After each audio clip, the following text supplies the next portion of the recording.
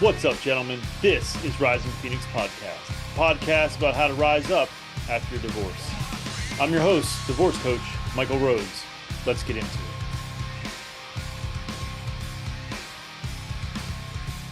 Hello, and welcome to the show. This is episode 6, and it's titled, It's Not All Doom and Gloom. I wanted to cover this because I know how difficult this whole process can be. And it's easy to get down on ourselves. It's easy to get stuck in the bullshit. It's easy to see all the negative. But it's not all negative. In the beginning, it feels like it. It feels like it to the 10th fucking power. It's miserable. I didn't like it. I fucking hated it. But there are some positives. I'm going to cover those. And this should be a fairly quick episode, I guess. The first thing that is a positive, and it's small, is you get to redecorate. If you stayed and she left, you get to change the house the way you see fit. If you've moved out and moved to a new place, you get to decorate that any way that you want. Now, sometimes I know that funds aren't always available, especially when you have to pay lawyers and child support and alimony and all of that shit. So maybe you can't do a full-blown redecoration. Maybe you can't buy like I did. I went a little buck wild. I bought a new fucking 70-inch TV. I bought a brand new sectional couch. I bought a new king-size bed.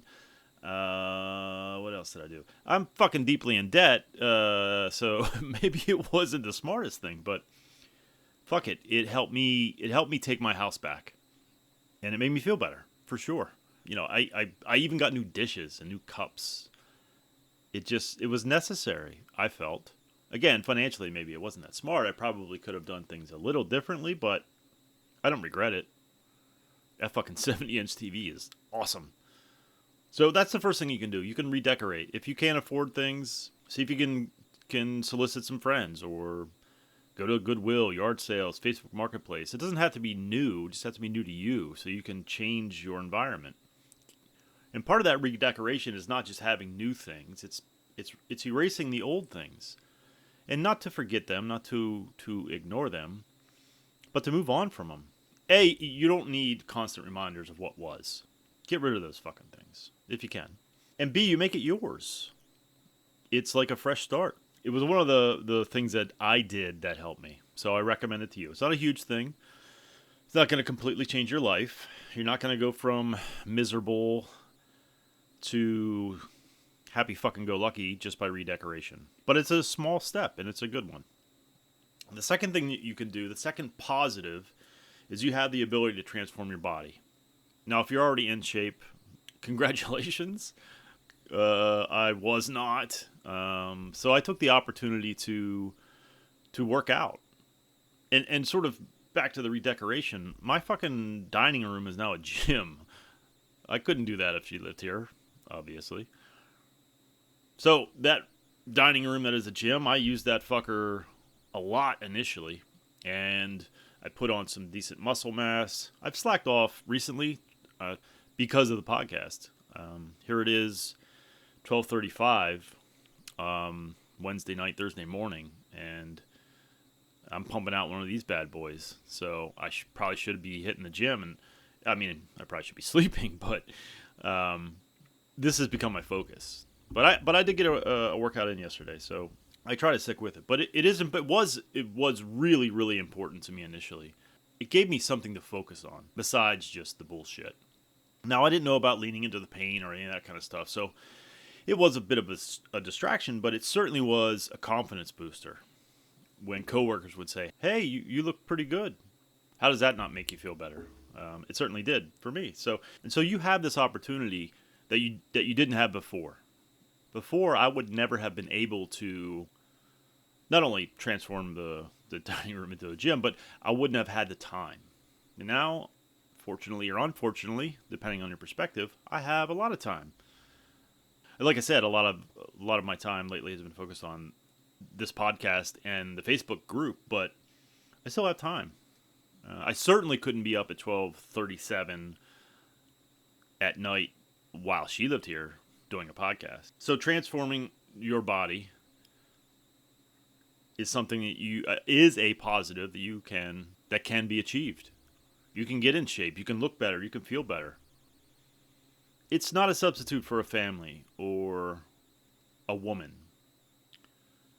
But you're not looking for that. Not yet. You're looking to grow, to get whole, to feel better. Because you can't jump into something else right now anyway. Because if you do, it's going to fucking end a disaster. It just will. Maybe not right away. Maybe it'll be 5 years, 10 years. Does it matter? If it's a shitty relationship built on a shitty foundation, it's not going to last. And it's probably not going to end well. Well, it may last, but it sure as fuck probably won't end well. We need to heal first. So the third thing that is a positive about all of this is what I'm doing. And that's recreating your identity. I wasn't a fucking podcast host a year ago or 2 years ago when she still lived here. I was a father and a husband. And now I'm doing this. And I fucking love it. I fucking love it. I love you guys reaching out. I love connecting. I love hearing your stories. I can't wait to get more stories out there. This is just beginning. This is only 2 weeks in. And the response has just been amazing. And I'm loving this. And I never would have been able to do this if what had happened didn't happen. So how is that not a positive? I've completely recreated who I am in some ways. I had an opportunity. We have opportunities to improve ourselves, to grow, to rise up. Or we can go into another shitty relationship. We can become alcoholics. We can become rageaholics and just fucking pissed off at the world. And tell me how any of these things help anyone, especially yourself. They don't. They don't. And so we have an opportunity here. We have been given a gift in some ways. We can become whoever we want. You can look in the mirror and decide, I want to be that guy. You want to be super fit. You want to have a six-pack. I mean, all this shit takes work.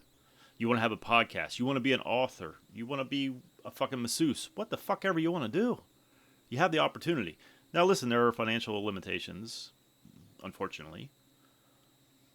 But those can be worked around. If you want to go back to school, you can get school loans, I'm sure. You have an opportunity to completely change your life in a very positive way.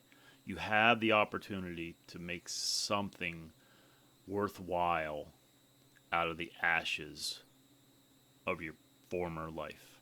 And if you really think about it, that's fucking exciting. You can do whatever you want. The shackles are off. You're no longer cuffed to not only a person, but an old identity. An old identity that wasn't serving you well anyway, thus you're here. And by the way, all these things that I'm saying them to myself. Or I've said them to myself. This can be looked at in a way that makes it fucking exciting. Be excited. You can be whoever you want. That thing about yourself that you don't like, fucking change it. You wanted to do that thing. You want to learn how to play guitar. Fucking go buy a cheap one at a fucking pawn shop and go on YouTube and learn how to play guitar. You want to learn fucking jujitsu. Do the same thing. Go to fucking YouTube. YouTube has every fucking thing, right? I mean, it just does. You have an opportunity to do things you've never done before. I started doing yoga way, like when it first started happening. Of course, COVID fucked all that up. And COVID has tended to fuck a lot of things up, but I fucking loved it. And, spoiler alert, there's super fucking hot chicks in yoga class. No lie. So I got to do that. Working out. I took this opportunity to try and be the best version of me, to be the version of me that I've always wanted to be. And I'm still a work in progress. I still have places to go and things to do, and I will. I will, because I'm no longer shackled by what was. I don't have to be who I was. I'm a new man. And I hope the same for you too. It certainly is possible. So that's all I got for this episode. Short, hopefully sweet. I love you all. This response has been amazing. It's heartwarming. I love what we're doing in the Facebook group. And it's going to grow, and we're going to do different things. And Chris and Randy and I are working on some things that we want to do. Group chats will probably be done probably 3 times a week coming up soon. We just want to help, and I am indebted to those two men. I appreciate them. I wasn't able to handle it by myself anymore, which is good and bad. I'm glad that a resource has been created, or is being created. I shouldn't say created because it's not done yet. We're a work in progress. But it's fucking heartbreaking the amount of men that need this help. It is. But we're finding each other. We're building our tribe. We're going to come back stronger. Just stick with me. All right, I love you guys. Till next time. Take care of yourselves. Thank you so much for watching and or listening.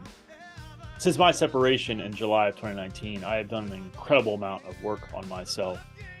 I've had many different therapists, life coaches, and went through different programs. I've taken all that I've learned and put it into my own program called Forged by Fire.